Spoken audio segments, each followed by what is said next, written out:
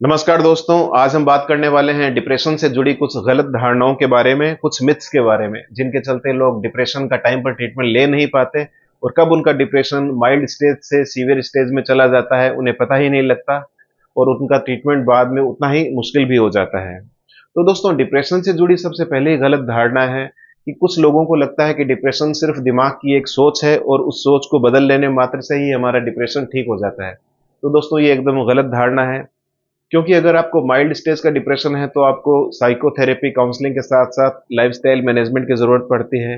अगर आपको moderate to severe grade का डिप्रेशन है तब आपको लाइफस्टाइल मैनेजमेंट, काउंसलिंग, साइकोथेरेपी के साथ साथ मेडिकेशन की ज़रूरत भी पड़ती है।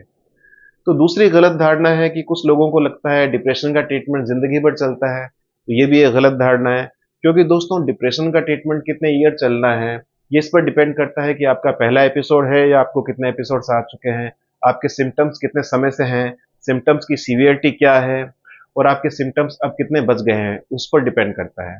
तो अगर आपको डिप्रेशन का पहला एपिसोड आया है तो आपका ट्रीटमेंट सिर्फ 6 से 9 महीने चलता है। उसके बाद अधिकतर केसेस के अंदर डिप्रेशन ठीक हो जाता है।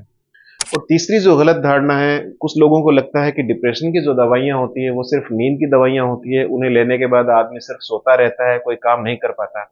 जबकि दोस्तों, हमारे पास इतने डॉक्टर्स आते हैं, इंजीनियर्स आते हैं, एमबीए वाले आते हैं, जिनका डिप्रेशन का ट्रीटमेंट चल रहा होता है, फिर भी अपना वो काम काफ़ी एफिशिएंटली कर पाते हैं। तो इसलिए आप अपने काम के चलते भी डिप्रेशन की दवाइयाँ ले सकते हैं। चौथी गलत धारणा है कि कुछ लोगों को लगता है कि डिप्रेशन के अंदर जो काउंसलिंग की जाती है, साइकोथेरेपी, वो हम खुद यूट्यूब की वीडियोस देख कर कर सकते हैं या फिर हमारे फैमिली मेंबर्स भी कर सकते हैं। जबकि दोस्तों, ये एकदम गलत धारणा है। काउंसलिंग यानी कि जो साइकोथेरेपी होती है वो सिर्फ ट्रेंड एक्सपर्ट साइकोलॉजिस्ट कर सकते हैं, क्योंकि उनकी जो काउंसलिंग होती है साइंटिफिक मेथड्स पर बेस्ड होती है। वो एक स्ट्रक्चर्ड फॉर्मेट के अंदर हमारी काउंसलिंग करते हैं, उसकी मल्टीपल सिटिंग्स होती हैं, उसके बाद हमें रिलीफ मिलता है। तो दोस्तों, अगर आप किसी भी प्रकार की भ्रांति से ग्रसित हैं तो तुरंत उससे बाहर निकलें। अगर आपको डिप्रेशन के या मानसिक अवसाद के सिम्टम्स आ रहे हैं तो किसी साइकोलॉजिस्ट और साइकियाट्रिस्ट से तुरंत कंसल्ट करें। Thank you.